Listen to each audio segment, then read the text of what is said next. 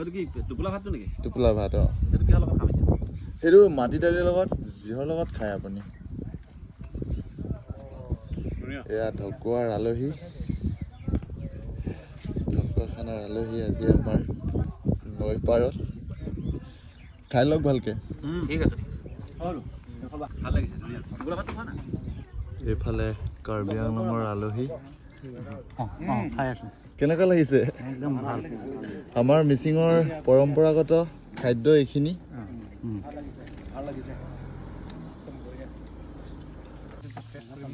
পাহাৰৰ মাছ আৰু আমাৰ নদীৰ মাছ ডিফাৰেঞ্চ আছে হয় নাই? খাই ভাল লাগিছে। নদী মাছ বৰিয়লা বুলি কয়, এইটো সৰু মাছৰ 1 নম্বৰ সোৱাদ। আৰু এইটো আমাৰ মিচিঙত দিৰদাং বুলি কয়। দিৰদাং অসমীয়াত পাউৰি কয়।